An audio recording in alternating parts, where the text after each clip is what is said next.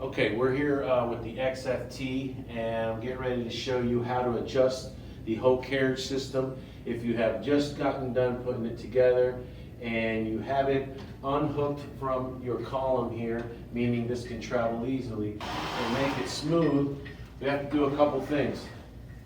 We have to loosen up a couple bolts on this unit. We want to loosen up the form over here.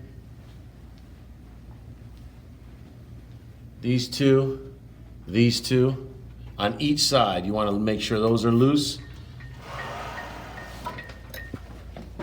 Over here, you want to make sure this one is loose. You can see how that's spinning. All four.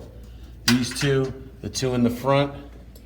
On this side, the same way. Make sure those are loose. At the bottom, they need to be loose as well. These two in the back, two in the front, loose. All of them loose where you can just spin them with your finger.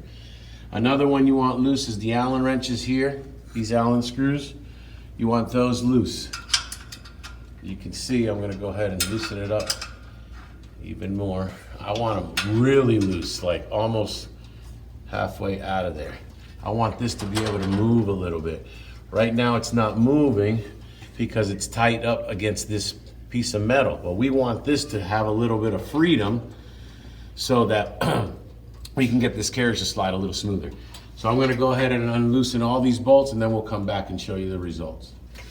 All right, so now once we have all those bolts loose, as I mentioned earlier, what we're going to try to do is move this carriage all the way up to the top, all the way to the bottom a few times. And what that's doing is just bringing everything into place. Just everything, all these posts here, the column, everything is just going to be falling into place because it's loose naturally. So what I'll do is I can either disengage it all the way up,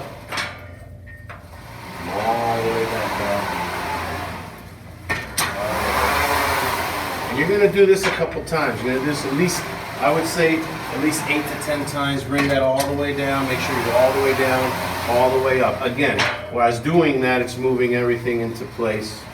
You can see how easily that moves on its own right now. You can engage it if you want. Do it a couple of times with the weights on. Doesn't matter how you do it, as long as it goes all the way up and all the way back down again. Again, come around here. As I mentioned earlier, we want to make sure that the cables are not running over the top of these two, but underneath these two here. And what I wanted to mention is one of the reasons why it'll stick is because this is very tight. And if you can see right now, I have it to where it moves left to right and back and forth pretty much. So this you want to have with a little bit of movement. And that's what's going to fall into place. These, with all these loose, is going to make this all fall into place as well. Another way to test it once you have ran that up and down a few times is we'll disengage it from the column to make sure our carriage itself is smooth. Easy way to do that, push down, cable to the side. And what that's going to do is disengage it. You see, now it's zeroed out, meaning there's counterbalances inside here that will zero out your carriage. That's why it stops where it needs to stop.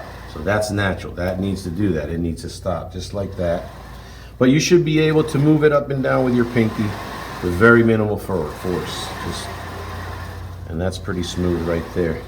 To engage it again, bring that over, put your cable on the under part of that pulley, push the opposite cable out, and it engages itself. You can see how that's doing. Once you're done and you like the way it's feeling, what you're going to do is you're going to tighten these back up, but I only snug them down. I don't really bring them down too tight. And these as well, the Allen wrenches for the column, adjustment column, I go ahead and I hand tighten them.